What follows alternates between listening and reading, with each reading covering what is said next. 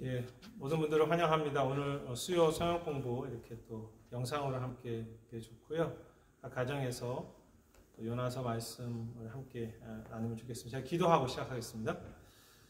하나님, 오늘 저희가 함께 요나서 말씀을 통해서 또 하나님의 마음과 또 우리의 모습들을 정직하게 보고 또 그 은혜가 무엇인지 나누려고 합니다. 이 시간에 주께서 인도하시고 각자의 심령 가운데 필요한 하나님의 은총과 은혜를 더하여 주시옵소서. 감사드리고 예수님 이름으로 기도드립니다. 아멘. 예, 오늘은 사실 지난 학기에 저희가 수요 성역 공부에서 2월부터 시작해서 했던 내용이었죠. 그 요나서 방탕한 선지자 팀켈러 목사님이 하셨던 그 책 제목을 가지고 제가 강의했었고요. 이제 강의하다가 이런 상황 때문에 제가 멈추게 되었는데, 그래서 다시 한번 복습이 되기도 하고, 또 제가 다시 말씀 묵상하면서 또 제 새로운 마음으로, 그래서 오늘 1장 살피고요. 다음에 2, 3장 함께 나눠 살피고, 기회가 될 때 4장과 결론을 함께 다루도록 하겠습니다. 처음에 요나서를 택하게 된 것은 제가 공부 때도 말씀드렸지만 요나와 같은 우리의 모습을 좀 발견하게 되고요. 그리고 하나님의 은혜가 어떤 것인지, 그리고 그럼에도 불구하고 선교적 사명을 어떻게 감당해야 될지에 대한 도전이 이 요나서에 있다고 믿기 때문입니다. 그리고 두 가지 책이었죠. 이 방탕한 선지자, 이 팀켈러 목사님의 방탕한 선지자라는 책과 차비진 목사님이라고 하는 분의 은혜의 추격이라는 책이 이 둘 다 요나서 말씀을 공부하는 내용인데요. 이 책의 내용들을 저희가 함께 읽어가면서 또 우리의 모습을 보고 또 하나님의 은혜가 얼마나 큰지에 대한 이것을 함께 좀 살펴보려고 했고, 또 이 영상을 통한 공부에서 이렇게 좀 함께 살펴보도록 하겠습니다. 지난 공부에서도 이 그림을 보여드렸지만 자녀들이 뛰는 곳에서 부모님의 마음은 같이 뛰고 있죠. 그 부모님이 그 자녀들을 향해서 어디에 표정이 가 있고 어디에 눈이 가 있겠습니까? 자기 자녀가 뛰는 곳에 가 있죠. 부모님의 마음입니다. 그런데 이러한 모습 속에 결국은 요나서의 하나님의 마음도 그 요나를 향해서 계속 따라가고 계신 것을 볼 수 있습니다. 제가 이 방탕한 선지자라는 주제와 관련해서 방송으로 처음에 공부를 접하시는 분들이 계시지만 이 공부에서는 요나서의 서론은 다 다루지 않겠습니다. 그냥 전체적으로 본문에 들어갈 텐데요.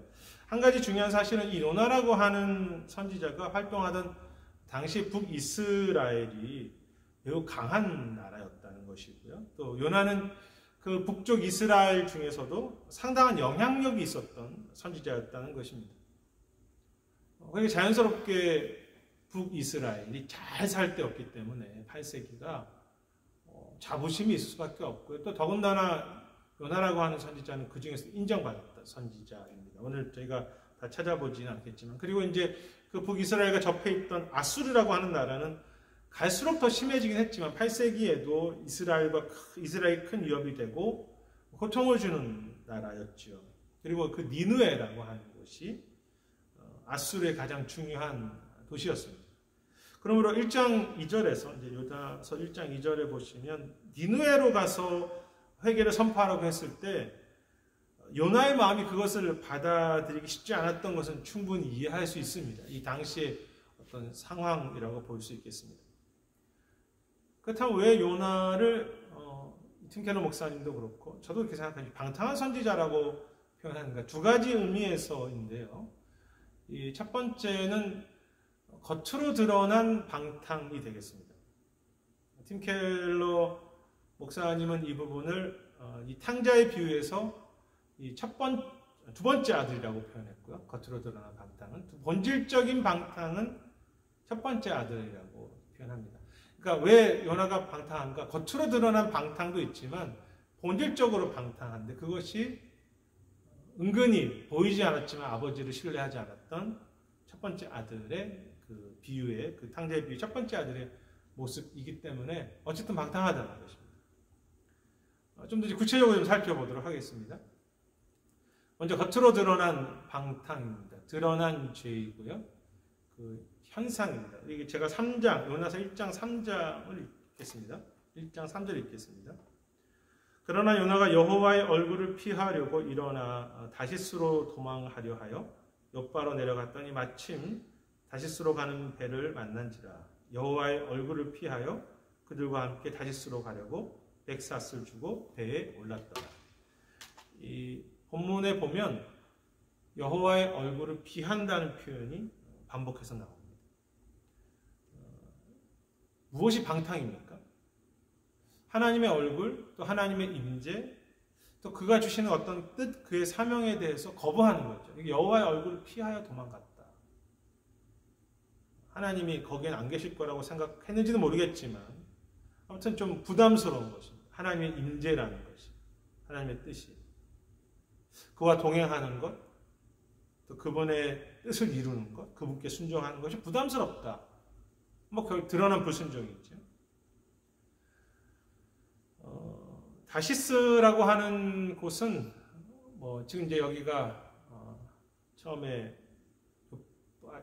명령을 받은 욥바 있죠. 그래서 이제 욥바로 가야 되는데 그곳에서 떠나서 배를 타고 다시스로 가게 되죠.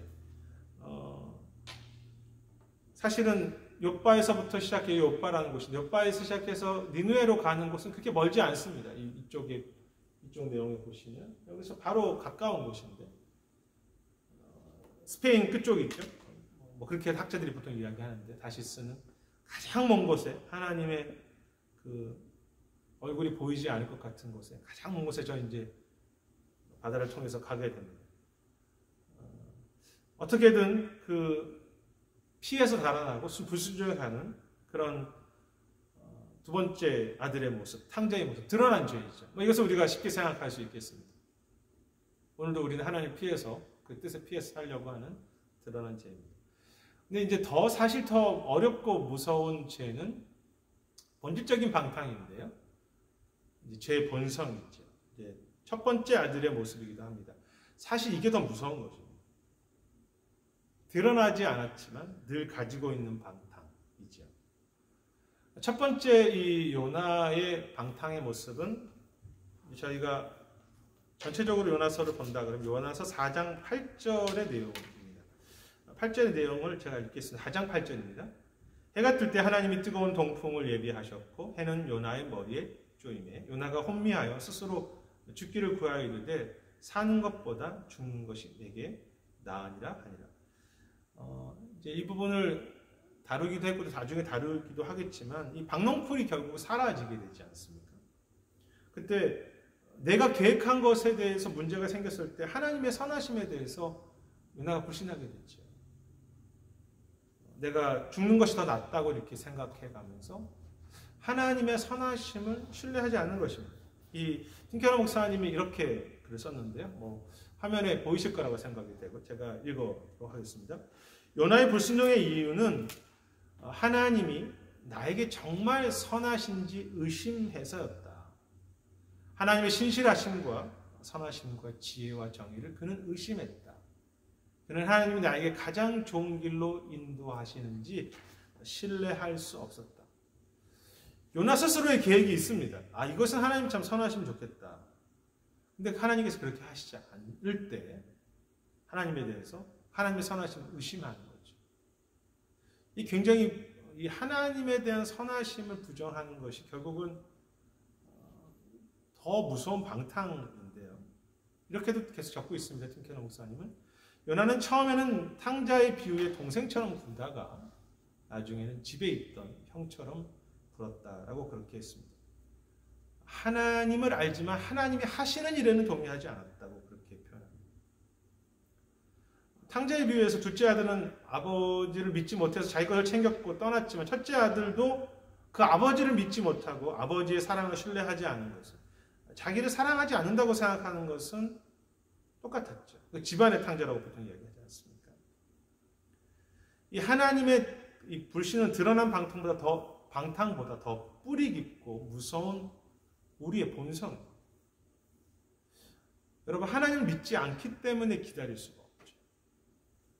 그분의 약속이 그것을 다 신뢰한다면 우리는 두려워하지 않아도 됩니다. 두려워하지 말라고 하셨으니까. 그렇지만 내 눈에 보이는 것이 하나님을 신뢰하지 못하게 할 때 우리는 조바심 되지 않습니까? 합력하여 선을 이룬다는 말씀을 알지만 하나님이 합력하여 선을 이루시는 것을 믿지 못하고 그래도 라고 그렇게 우리는 생각하게 되죠. 본성입니다. 하나님에 대한 불신이 그러니까 어떤 사람만 불신하고 어떤 상황만 불신하는 것이 아니라 근본적으로 우리는 우리 속에 그 요나와 같은 심성, 결국 내 계획대로 되지 않을 때 하나님을 신뢰할 수 없는 것이 있다는 거예요. 그래서 우리는 탕자입니다. 방탕한 모습이죠. 또 하나는 내가 주인되어 하나님을 통제하려고 하는 것입니다. 1번과 조금 비슷하기는 하지만 좀 다른데요. 첫 번째는 하나님을 신뢰하지 못하는 것이라면 두 번째는 내가 주인 되려고 하는 어떤 내의 자기 주장, 내 자랑이죠. 4장 9절입니다. 하나님이 요나에게 이르시되 내가 이 박농쿨로 말미암아 성내는 것이 어찌 옳으냐 하시니 그가 대답하되 내가 성내어 죽기까지 할지라도 옳으니라 하니라. 박농쿨 신앙이라는 주제 속에서 이 부분을 좀 다루긴 했지만 참 이 발칙한 모습이 아니었습니다. 내가 성내어 죽기까지 할지라도 옳으니라. 우리는 이렇게까지는 말하지 않지만 그래도 항상 내가 옳다고 생각하죠. 하나님, 제가 생각할 때는 그것은 아닌 것 같습니다. 제가 볼 때, 내가 살아온 경험으로 볼 때는 하나님 이렇게 하시면 안 됩니다. 항상 내가 옳다고 생각하는 것이 늘 우리 속에 뿌리 깊게 있습니다. 내가 주인으로 살려고 하는 것이 다 우리에게 있습니다. 이렇게 틴켈러 목사는 이야기합니다. 요나는 자신이 받은 사명이 실제적으로나 신학적으로 이치에 맞지 않다고 생각했으리. 요나의 눈에는 이 사명이 신학적으로 전혀 타당하지 않았다. 누가 신학을 정하시고 누가 말씀을 정하시고 누가 하나님에 대해서 알려주고 하나님 자신이 하나님께 대해서 하시는데 우리는 내가 알고 있는 신학적인 지식으로 내가 알고 있는 신학의 경우 하나님 그것은 하나님 잘못 생각하신 거라고 이야기하는 거죠. 하나님 내가 알고 있는 신학적 틀에서 하나님 이렇게 하시면 안 됩니다라고 하는 거죠. 내가 하나님 스스로를 가두는 것이 통제하고요. 사실 우리 신앙인 속에 이거 되게 많습니다. 내가 알고 있는 틀이 하나님의 틀을 따라가야 되는데 내가 알고 있는 틀이 하나님 틀을 맞추려고 하는 것이죠. 이 방탕입니다. 이 요나가 그랬습니다. 하나님 어떻게 니느웨 같은 그 아수르 같은 사람을 하나님이 심판하실 때 어떻게 용서할 수 있어요? 하나님 제가 생각하는 틀에 맞지 않습니다. 이런 하나님에 대한 불신과 하나님보다 자신이 더 바르다고 생각하는 방탕은 우리 속에 존재하고요. 그래서 우리는 방탕한 삶을 살고 있다고 할 수 있습니다. 지금도 계속 그렇다고 볼 수 있습니다. 정리해 가면 다음과 같이 정리할 수 있습니다. 부도덕해지고 악에 빠진 방식으로 하나님께로부터 달아날 수 있지만 우리 삶 속에서 이제 하나님께 달아나는 것입니다. 부도덕해지고 악에 빠진 방식으로 하나님께로부터 멀면할 수 있습니다. 당연히 그럴 수 있겠죠. 그렇지만 도덕적이고 종교적인 사람이면서도 하나님으로 달아날 수 있다는 것입니다. 매우 좀 우리가 생각해 볼 문제입니다. 부도덕하고 악에 빠지는 방식으로 하나님을 거부할 수 있고 그렇지만 매우 도덕적이 되고 심지어 신앙적인 사람이 되면서도 하나님께로부터 달아날 수 있다는 것입니다. 이 부분을 제가 이해하는 것이 방탕한 선지자의 가장 중요한 핵심이죠.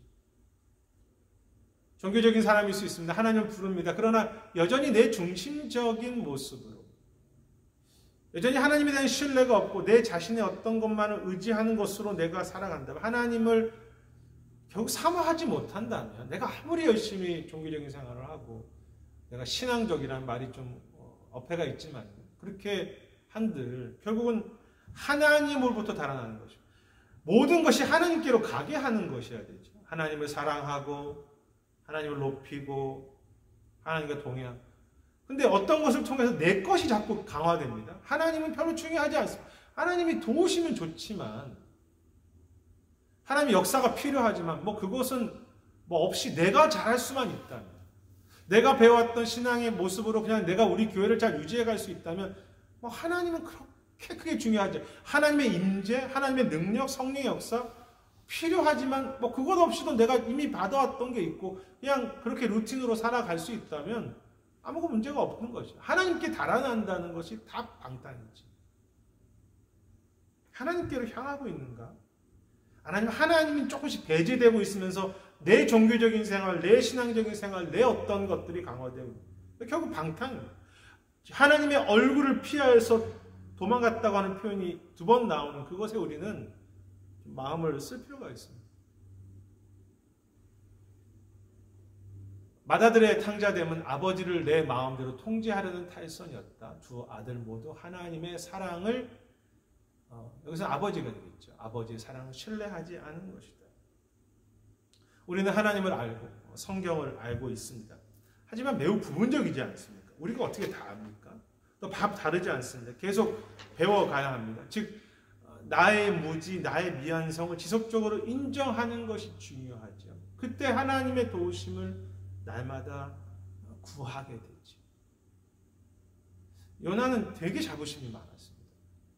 그래서 자신도 모르게 하나님을 통제하려고 했죠.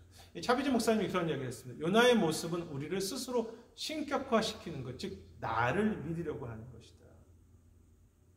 이것이 이제 깨어지게 되는 시간이 오는데 내 신앙적 경험이 대단하다고 생각하는. 그래서 이제 정리해 보면 요나의 2가지 모습은 죄와 행동과 죄의 행동과 교만입니다. 뭐 성경에서 가장 중요한 핵심 모습이죠. 죄를 행동으로 보면 하는 것, 교만으로 하는 것. 근데 실제로 이 죄의 시작이었던 아담과 하와의 방탕도 비슷하지 않습니까?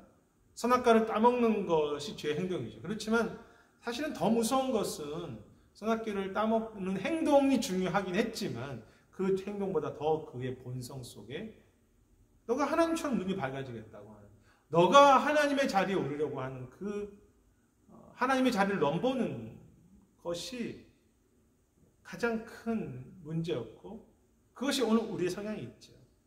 따라서 우리는 이 하나님의 자리를 넘보려고 하는 것이 오늘도 우리 속에 있다는 것을 인정하고 요나와 같은 우리 속의 모습을 계속해서 그 방탕, 드러난 방탕이 아니라 감추어진 방탕을 지속적으로 아파하고 그 부분과 싸워가야 하지. 방탕한 선지자. 그런데 이러한 방탕한 모습은 요나의 하나의 얄팍한 정체성으로 이어집니다.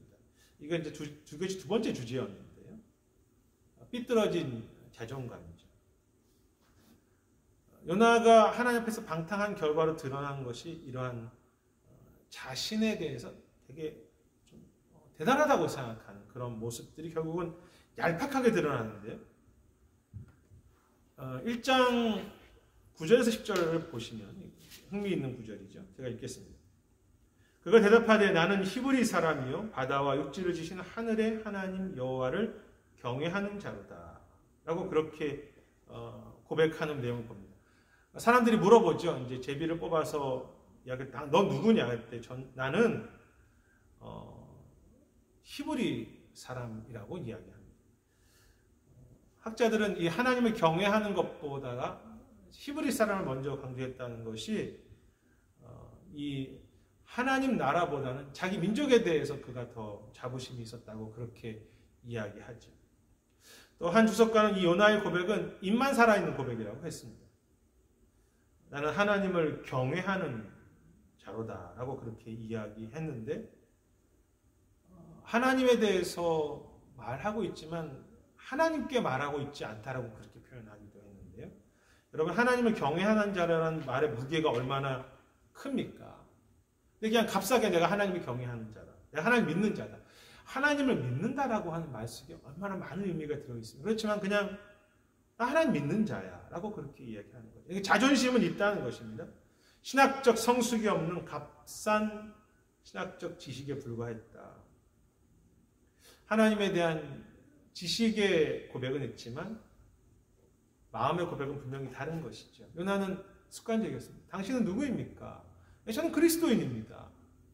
그리스도인이라는 그 말의 무게에 대한 진정성이 없이 그냥 값싼 자존심과 정체성이었다는 것이죠. 나는 히브리 사람이에요. 요나의 이러한 고백은 자기의 민족의 정체성이 신앙의 정체성보다 더 중요하다는 것을 드러낸다고 했습니다. 민족에 대한 충성과 하나님에 대한 충성이 서로 충돌할 때 민족이 중요하냐 하나님 나라가 중요하냐, 그러면 그는 민족을 편을 들었다는 것이죠. 왜냐하면 실제로 그랬으니까요. 하나님 나라에 대해서 니느웨로 가라고 했는데 자기는 자기 민족만 사랑한 것이죠. 하나님의 사랑의 메시지를 새로운 사회, 다른 민족에 전하기를 거부했다라고 이야기합니다. 우리의 정체성은 역시 팀 켈러의 말인데요. 하나님의 형상으로 지음받은 것이다. 그것은 하나님을 위해서 살아야 된다는 뜻이라는 것이죠. 하나님 형상으로 지음받았다. 하나님 백성이다. 우리가 하나님 백성이라는 표현을 자주 쓰는데, 하나님을 나는 대단해, 우리 민족은 우수해, 나는 구원받았어, 이것이 아니고요. 나는 하나님을 섬기고 그를 영화롭게 하는 자가 하나님의 백성, 하나님의 자녀라는 뜻이 아니겠습니까? 나의 무엇을 챙기는 것이 목적이 아니죠. 하나님의 나라를 섬기는 것이 목적인데, 우리는 이 신앙의 정체성도 백성이라는 말이 대단한 사람으로 착각하고 내가 가지고 있는 나의 무엇으로 또 다시 하나님의 백성을 사용한다는 거죠. 나는 하나님의 사람입니다. 얄팍하다는 것의 의미는 깊이가 없다는 것입니다. 리서비스라는 거죠. 내가 하나님의 백성으로, 하나님의 자녀로, 또 하나님의 그리스도인으로서 내가 자랑은 하는데 실제로 껍질을 까보면 민족주의가 있고 배타적인 마음이 있고 자기 자랑이 있다는 거죠. 얄팍합니다. 깊이가 없습니다. 그리고 그러한 고백과 신학적인 얇은 지식은 죽음 앞에서, 하나님 앞에서 걸어갈 수 있는, 하나님 향해서 걸어갈 수 있는 용기도 없고요. 얄팍하니까. 위기가 오면 금방 없어지고, 사람들에게 영향을 줄 수 있는 힘도 없는 그냥 자기 도취에 불과한 정체성입니다. 저는 우리가 다 얄팍하다고 생각합니다. 그래서 하나님에 대한, 나라에 대한 진정한 관심이 없고요. 하나님 나라의 백성, 하나님 나라의 자녀라는 자존감만 세우려고 한다는 것이죠.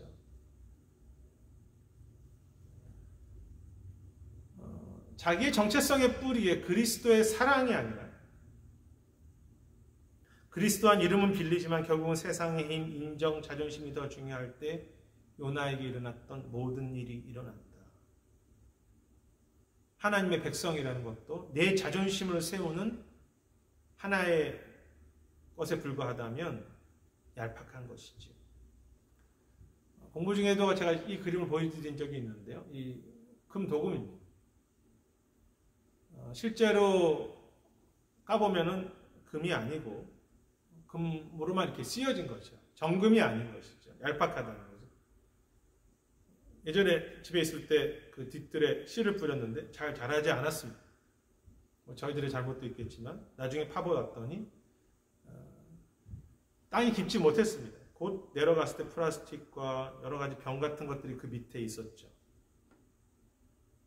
결국 뿌리가 얄팍하기 때문에 열매가 없었습니다. 반면 얄팍하다는 것의 반대는 무엇입니까? 깊다라는 것이죠. 깊다, 진짜다. 내가 깊은 것이 아닙니다. 내가 진짜가 아닙니다. 내 삶의 뿌리가 어디에 놓여져 있냐에 따라서 얄팍한지 진정성인지 드러나죠. 내 입술의 고백은 다 비슷합니다. 하나님 백성이다.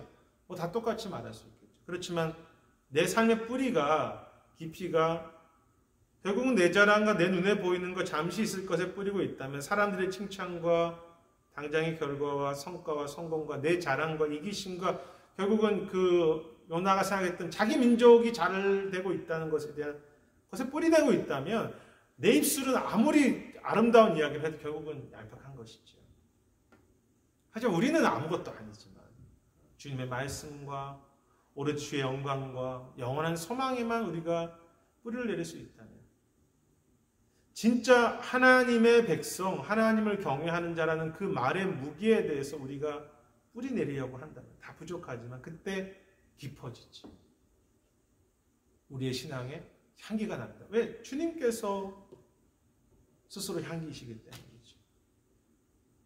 겉으로 백성이라고 내가 자부하기보다, 내가 어떤 신앙이라고 자부하기보다 하나님 백성의 향기가 정말 나는 삶. 오늘 우리 교회와 또 목회자들을 보면서, 성도들을 보면서 참 그리운 모습이 아니겠습니까? 진짜다. 하나님을 이름을 말하는 정도가 아니라 하나님의 이름의 능력이 드러나는 삶. 그것이 이 요나의 얄팍한 정체성을 극복하고 정말로 향기 나는 삶이 되겠죠. 이런 요나의 얄팍한 정체성은요, 몇 가지 모습으로 드러나는데요. 또한 그 이방인들에 대해서 아무런 것도 하지 않는 선지자가 됩니다. 그 1장 12절과 14절 제가 읽겠습니다. 그가 대답하되 나를 들어 바다에 던지라. 그리하면 바다가 너희를 위하여 잔잔하리라. 너희가 이 큰 폭풍을 만나는 것이 나 때문인 줄을 내가 아노라 하노라. 아니라 그러나 13절입니다. 그 사람들이 힘써 노를 쳐 배를 육지로 돌리고자 하다가 바다가 그들을 향하여 점점 더 흉흉함으로 능히 못한지라. 우리가 여호와께 부르짖어 이르되 여호와여 구하고 구하오니 이 사람의 생명 때문에 우리를 멸망시키지 마옵소서. 무죄한 피를 우리에게 돌리지 마옵소서. 여호와께서는 주의 뜻대로 행하심이다 하고. 여러분, 이 장면의 모습을 보시면 여기 있는 그 벳사람들은 이방인들이죠. 그런데 이 사람들은 참 열심히 하지 않습니까? 12절에는 사명으로 가지 않는다고 책망을 하기도 하고 요나를요. 13절에서는 스스로 막 그 배를 잘해보겠다고 노를 지었죠. 어쨌든 요나도 살리고자 하는 것이죠. 그리고 14절에서는 하나님께 기도를 합니다. 하나님을 향해서. 그들의 기도가 얼마나 하나님과의 관계성 있는 기도인지는 학자들마다 의견이 다르지만, 근데 요나는 아무것도 하지 않습니다. 얄팍한 정체성의 특징은요, 수고하지 않는다는 거죠. 한심하다는 생각이 들지만 사실 우리의 모습일 수 있습니다. 그냥 나는 모르겠다. 이제 이렇게 어려운 거 됐으니까 난 그냥 죽으면 되겠지. 하나님의 백성이라는 자존심이 있다면 그 속에서 내가 죽을지라도 무엇인가를 할 수 있고 함께 수고하고 함께 기도하고 또 회개라도 해야 되는데 요나는 아무것도 하지 않습니다. 그냥 자신에게만 슬픔에 문제에 빠져 있습니다. 이렇게 이야기하고 있습니다. 김캐너 목사님의 책인데요. 이 기도들은 한결같이 요나보다 훌륭하게 처신한다. 요나는 자신의 문제에 완전히 빠져 있지만 벳사람들은 요나에게 자신의 하나님께 기도하지 않는다고 책망하며 그들은 하나님의 이름을 부른다고 했습니다. 또한 이렇게 적고 있습니다. 요나는 이 상황 속에 도움이 될 만한 어떤 일도 하지 않았다. 이 기도 벳사람들에게 말도 걸지 않으려고 한다. 못난 선지자 요나는 공동의 선에 아무런 관심이 없고 주위의 비신자들을 존중하지도 않는다. 말만 하나님을 경외하는 자. 말만 선지자. 사명도 감당하지 않고 기도도 하지 않고 이 땅이 힘들 때 고난받지 않기 원하는 것이죠. 그냥 자신의 슬픔과 자신의 문제에만 빠져있는 교회의 모습, 성도의 모습, 사명을 잃어버린 것이 얄팍한 것입니다. 결국 그것 때문에 세상이 교회를 욕하지 않습니까? 그것이 다 욕이 바르지는 않지만 십자가를 알고 있다가 하면 십자가 희생을 싫어하는 거죠. 주님의 말씀 중에서 선택적으로 원합니다. 십자가를 지라는 말씀, 너가 날마다 쳐서 복종시키면 십자가에 죽으라는 말씀, 그건 나에게 중요하지 않고요. 얄팍하니까 공동의 선을 위해서 내가 어떤 수고도 하지 않는 것입니다. 내 문제만 중요한 것이죠. 세상보다 더 못하고 자존심만 세우는 얄팍한 신앙의 정체성과 기독교의 모습이라고 할 수 있겠습니다. 요나의 삶의 문제는 얄팍한 자존심은 있지만 하나님의 선교적인 사명에 대해서 관심이 없고 결국 내 인생이 중요하다고 하기 때문에 선교적이지 않습니다. 방탕한 선지자, 얄팍한 자존감. 이것이 자존심, 이것이 정체성이 그 요나의 모습이고요. 그것이 우리의 모습입니다. 그런데 이 1장 전체에 흐르는, 아니 그 요나서 전체에 흐르고 있는 하나의 중요한 사실은 무엇입니까? 하나님의 은혜의 추격인데요. 1장 전체 내용이 그렇고 요나서 자체가 그렇고, 그래서 어떤 사람들은 요나서를 구약의 복음서라고 말한다고 하지 않습니까? 은혜의 추격이 펼쳐지게 되죠. 어떻게 하나님께서 그 방탕하고 얄팍한 요나를 추격하십니까? 1장 4절에 보시면 제가 읽겠습니다. 여호와께서 큰 바람을 바다 위에 내리심에 바다 가운데에 큰 폭풍이 일어나 배가 거의 깨지게 된지라. 요나는 피해서 도망갑니다. 그런데 하나님은 풍랑으로 세상을 움직이시죠. 요나에게 다시 찾아오신 거죠. 하나님은 자연 법칙을 존중하시지만 특별한 뜻을 이루실 때는 그것을 깨셔가시면서 그 못난 요나를 찾아가고 계신 것이죠. 법칙을 깨시면서까지도 요나를 찾고 계신 이 차비지 목사님의 이야기입니다. 요나는 하나님의 은혜를 새로운 방식으로 이해하는 여행을 시작한다. 삶에서 만나는 폭풍이 우리 잘못의 결과이든 아니든 그리스도인들은 하나님이 폭풍을 통해 우리에게 유익을 주신다고 약속받았다. 이 모습을 보면서 차비지 목사님은 그 하나님의 모든 풍랑은 우리에게 결국은 우리가 잘못해서 한 것이든 어떤 일반적인 것이든 결국 우리는 풍랑을 통해서 하나님께서 우리에게 유익하게 하시고 우리를 다시 찾아오신다는 것이죠. 폭풍은 우리를 일깨워 폭풍이 없이는 결코 볼 수 없는 진실을 깨닫게 한다. 참 공감하지 않습니까? 인생에 다 잘 되지만은 않죠. 근데 그 폭풍 속에서 그것이 내 잘못이든 어떤 상황적인 것이든 다시 진실을 볼 수 있게 한다는 것입니다. 계속해서 차비지 목사님인데 하나님은 얼마든지 다른 사람을 세워 일을 맡길 수 있지만 막대한 자비를 베푸신다. 이 막대한 자비죠. 우리를 되찾기 위해 전부를 거셨다. 하나님의 목적은 당신이다. 참 중요한 말입니다.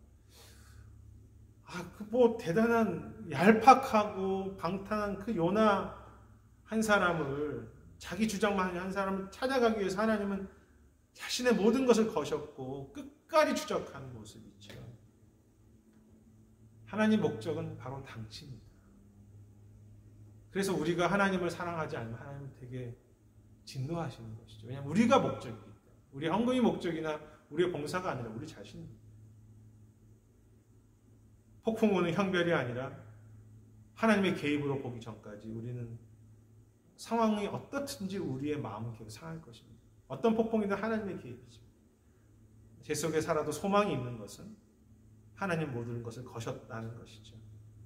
우리를 돌아볼 수 있고 또 낮아질 수 있고 실패할 수 있고 얄팍해질 수 있지만 하나님께서 모든 것을 거셔서 결국은 얄팍하지 않도록 우리를 계속해서 만드신다는 것입니다. 또 어떤 하나님의 추격입니까? 하나님의 집요하심인데요.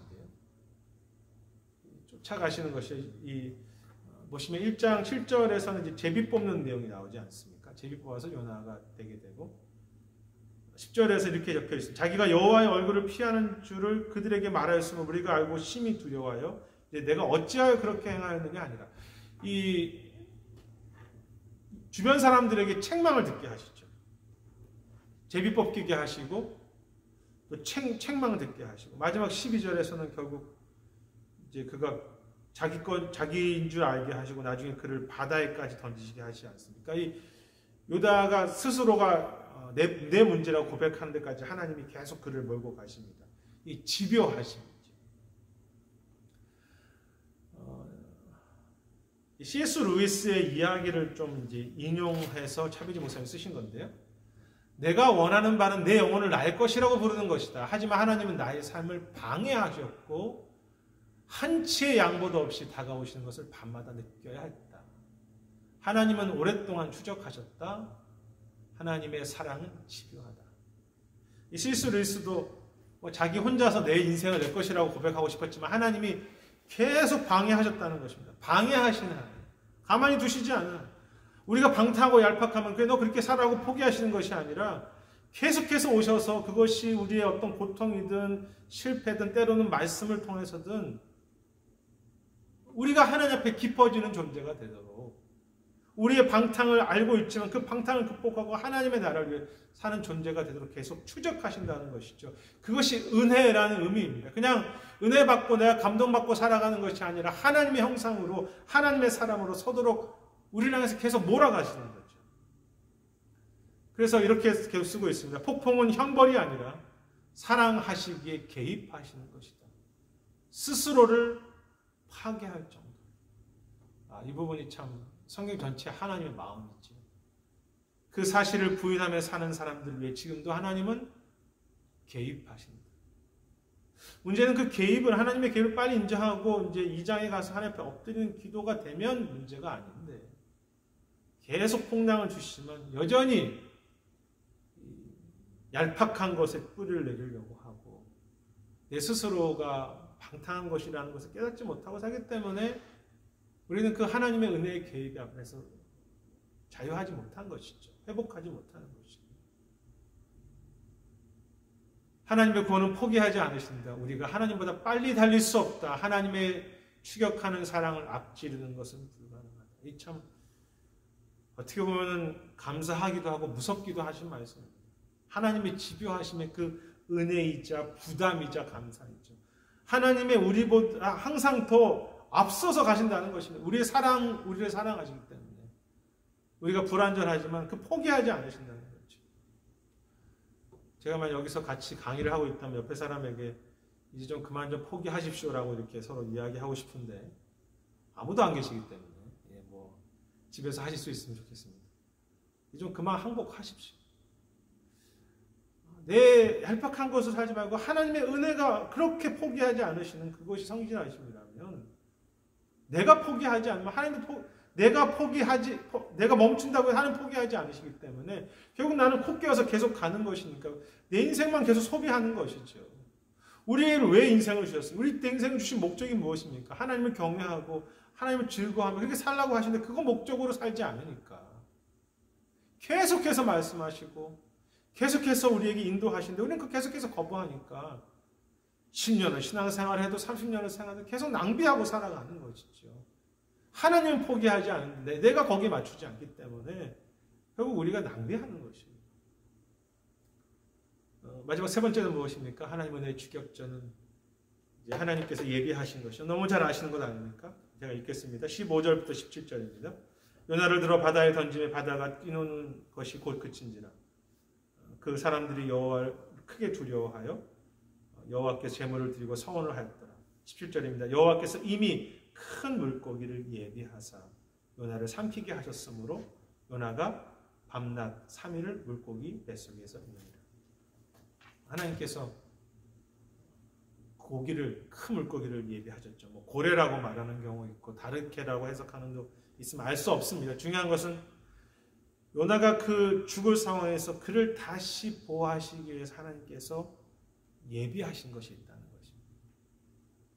타락한 요나 한 사람을 위해서 하나님은 그 모든 시간들과 그것들을 준비하셨죠. 예비하심. 고난받을 때 하나님의 자비가 작용하며 그의 마음을 변화시키고 그를 끌어당기고 있음을 알아보지 못한다. 하나님의 예비하심이 있지만 그것을 계속해서 바라보지 못한데 우리가 그 예비하심을 볼 수 있을 때, 깨달을 수 있을 때 그것이 하나님의 우리랑 은혜가 되겠죠. 요나가 이해할 수 없었고 너무나 불쾌하게 여겼던 하나님의 그 신비로운 자비가. 생각해 보십시오.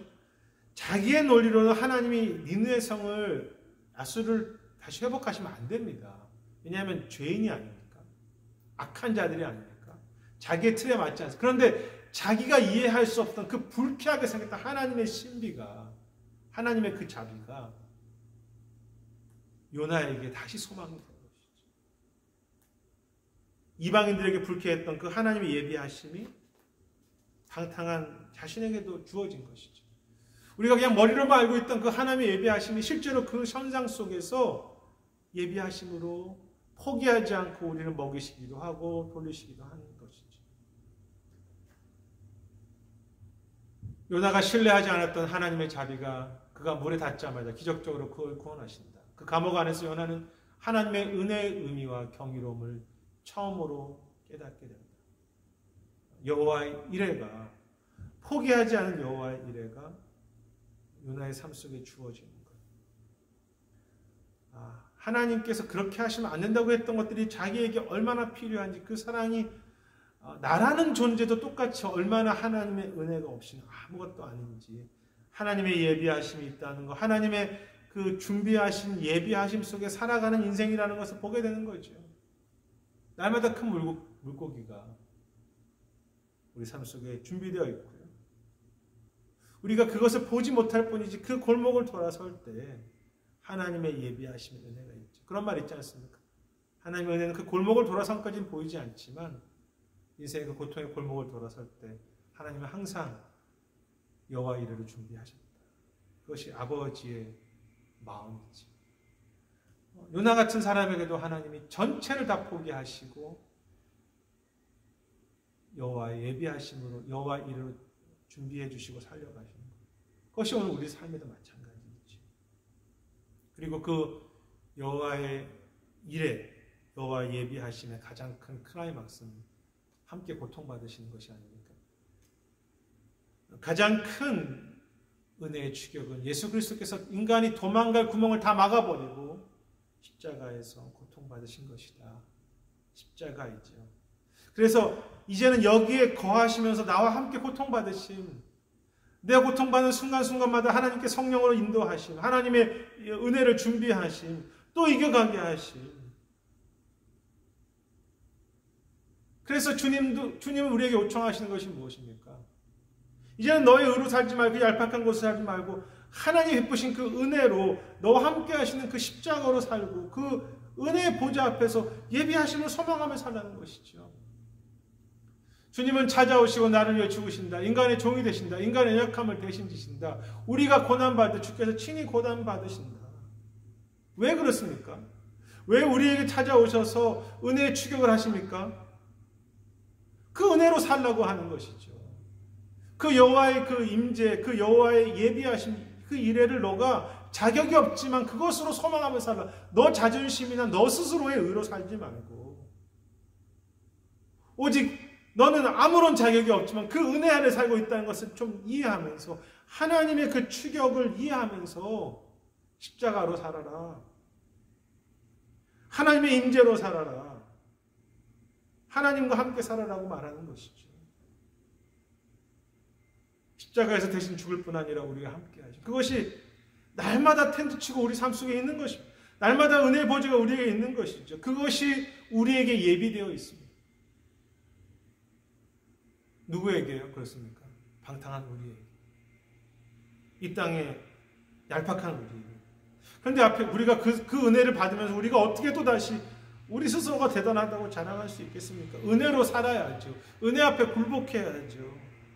하나님보다 내가 바르다고, 내가 은혜 받고 나서 좀 깨달았다고 그것이 뭐 대단한 것처럼 살 수 있겠습니까? 그냥 다시 은혜 예배하심을 소망해 가면서 내일도 다시 은혜로 살아야죠. 은혜의 추격의 가장 절정이 무엇입니까? 하나님의 그 자녀됨의 은혜의 보좌가 지속적으로 내 삶에 있는 것이죠.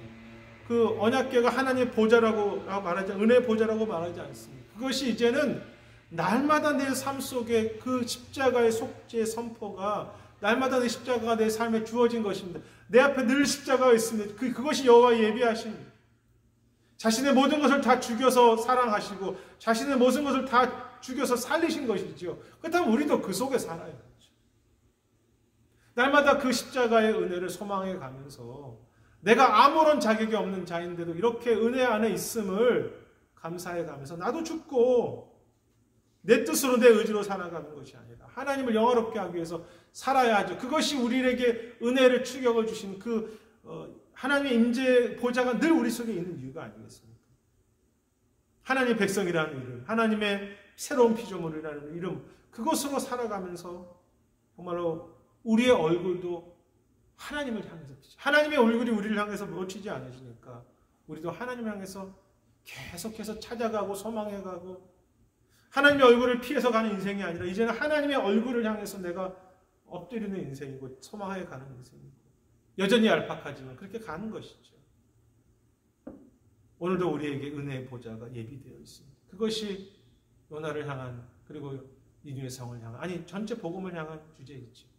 정리하겠습니다. 세 가지를 보았죠. 우리는 방탕한 요나 선지자 같습니다. 드러난 죄가 있고요. 본성의 교만이 우리에게 있습니다. 다 다르지 않습니다. 이것이 우리의 방탕의 모습입니다. 그래서 얄팍한 정체성도 가지지 않습니까? 하나님의 백성과의 영광을 원하지만, 하나님이 주시는 영광을 원하지만, 내가 하나님을 영화롭게 하거나 하나님의 백성이라는 그 이름값을 잃어버린, 희생도 없고 십자가도 없으며 헌신도 없는, 힘이 없죠. 세 번째, 은혜의 추격전. 방탕한 자를 향해서 자신의 모든 것을 거시는 그 임재의 십자가와 여호와의 이레가 오늘도 지금 내 삶에 주어진다는 그 은혜 앞에, 그 하나님의 마음 앞에 우리가 무엇을 자랑할 수 있고 무엇을 내세울 수 있겠습니까? 단지 주여 긍휼히 여겨주시옵소서라고 그렇게 기도할 뿐이죠. 방탕한 우리의 삶을 향한 하나님의 포기하지 않은 은혜가 있습니다. 오늘 이 말씀을 주신 이유는 우리가 그것을 자만하지 말라고 하신 것이죠. 앞에 그림을 보여드렸죠. 쫓아가는. 그런데 이 그림 역시 어린 아이가 걸어갈 때 아버지의 시선이 그를 바라보고 있지 않습니까? 공부에서도 이 그림을 보여드렸지만 하나님의 우리를 향한 그 시선이 우리가 죄인이든 부족하든 우리를 향해서 근데 왜 바라보십니까? 결국은 은혜의 보좌를 우리 앞에 세우신 이유는 그것이 하나님의 사랑이라면 이 오른쪽에 있는 아이처럼 우리도 그 아버지를 향해서 시선을 맞추고 그 얼굴빛을 피해 사는 것이 아니라 그 얼굴빛을 보면서 살 수 있기를, 그래서 선교적인 사명과 하나님의 뜻을 귀하게 여기는 삶을 살라고 도전하는 것이지. 방탕한 5,000호, 얄팍한 5,000호. 그렇지만 그 은혜의 추격전이 멈추지 않는 5,000호의 삶. 그렇기 때문에 더 감사하고 여호와의 또 물고기가 준비됐다는 것을 소망해 가면서 또 도전하면서 또 그렇게 헌신하면서 그렇게 살 수 있는 그런 우리 삶이죠. 회개와 소망이 늘 함께하는 삶. 십자가의 죽음과 부활이 함께하는 삶. 오늘 이 말씀 앞에서 1장의 말씀 앞에서 우리의 모습을 보면서 그 하나님의 예비하신 그 은혜의 보좌의 그 추격전을 기억하시며 그 십자가 앞에서 여호와의 얼굴을 향하여 서는, 여호와의 얼굴을 소망하고 그분과 동행하기로 피하지 않고 쫓아가는 그런 우리 모두가 되시기를 주님의 이름으로 축원합니다. 제가 기도하겠습니다.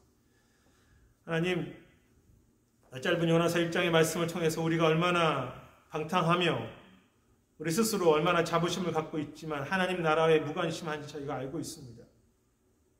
속이지 않게 하옵소서.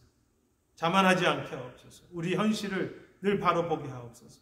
어제 반성하고도 오늘 또다시 내 성을 쌓는 내 자신의 모습을 봅니다. 주님, 그 하나님의 은혜 앞에 굴복하게 하옵소서. 하나님, 그 은혜 앞에 내가 얼마나 무익한 종인지 깨닫게 하시고 은혜로 살아가는 자임을 깨닫게 하시고 오늘도 예배하신 그 은혜 예배하심을 소망해 보면서 그 은혜의 보좌 앞에 십자가 앞에 엎드려 주님을 향해서 주의 얼굴을 향해서 선포하가며 섬겨가는 우리 모두가 되도록 인도하여 주시옵소서. 감사드리고 모든 말씀 예수님 이름으로 기도드립니다. 아멘. 공부를 마쳤습니다. 축복합니다.